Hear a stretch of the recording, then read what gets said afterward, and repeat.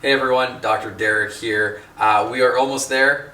Thanks for hanging in with us. This is another video in our fasting series, and today we're going to talk about some of the common concerns that people have during fasting. Number one concern is hunger. Obviously, when we don't eat, we get hungry. This is why we try to build your toolbox with some tools of things that can actually suppress appetite a little bit. These are things like coffee, black tea, green tea, cinnamon and cinnamon tea. These are compounds that actually have the capacity to drop our appetite.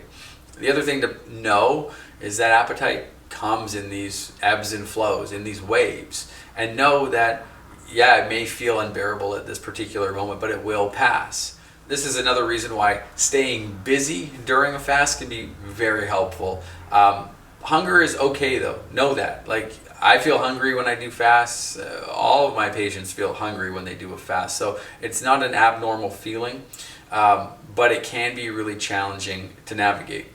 This is why one of the things we emphasize leading into a fast is a low carbohydrate diet. This tends to stabilize blood sugar and help reduce the severity of those hunger pangs. Another common concern can be dizziness, feeling a little bit lightheaded.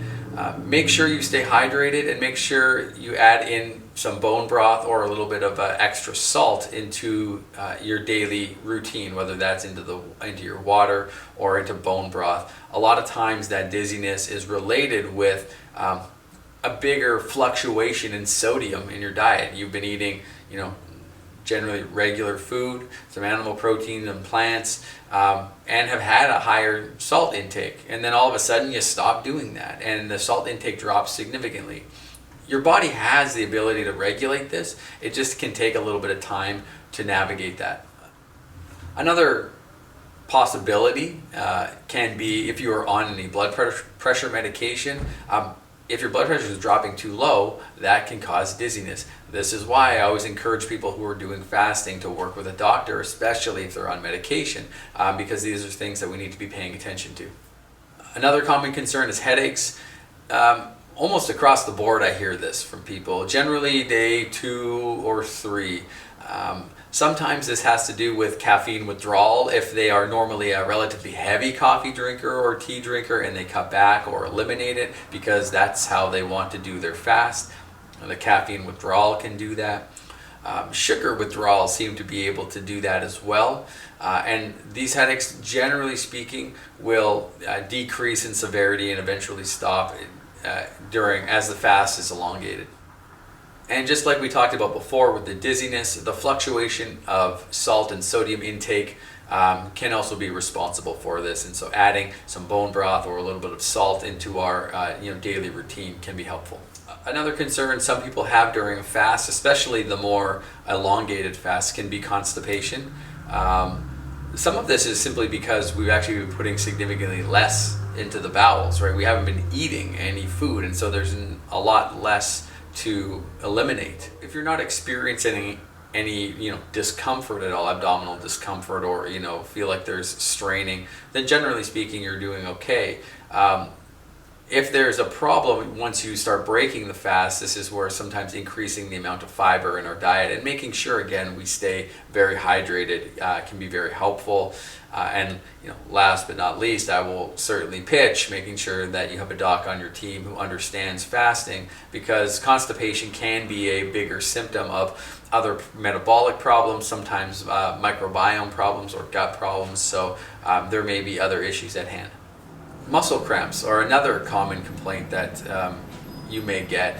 These generally have to do with magnesium and magnesium content in our diet, and so there's a drop off of magnesium as well when we do especially these elongated fasts. I personally will feel muscle achy generally during a 3 or 4 day long fast, and I find that at day 3 and day 4 I'm probably most achy, and I think this has a lot to do with one of the things that we talked about, cell autophagy being the recycling of old cells, and it starts to peak day 3, day 4, and this can actually cause a little bit of muscle soreness and muscle aching. which is a little bit different than muscle cramps, which have much more to do with magnesium.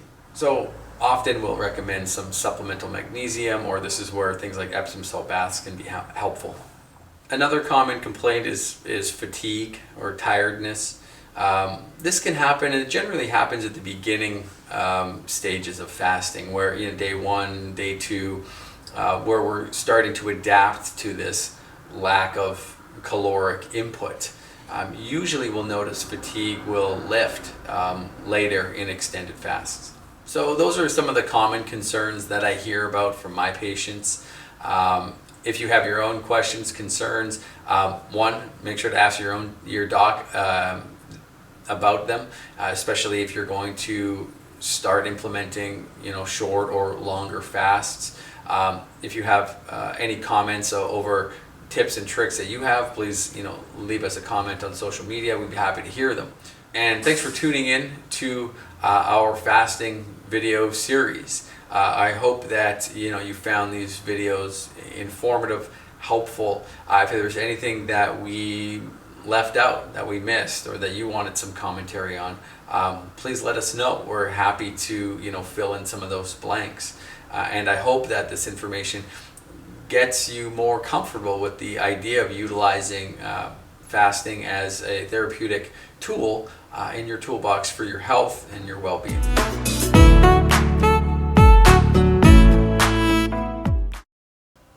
The information in these videos is provided for informational purpose only. It's not intended to substitute for the advice of your doctor or other healthcare professionals. Do not use this information for diagnosing or treating any health problem or disease, and always talk with your doctor before taking any medications, nutritional supplements, implementing any fasting routines. If you suspect you have a medical problem, contact your healthcare provider. This video does not constitute a doctor-patient relationship, and no statements have been evaluated by the FDA and are not intended to diagnose, treat, cure, or prevent any disease.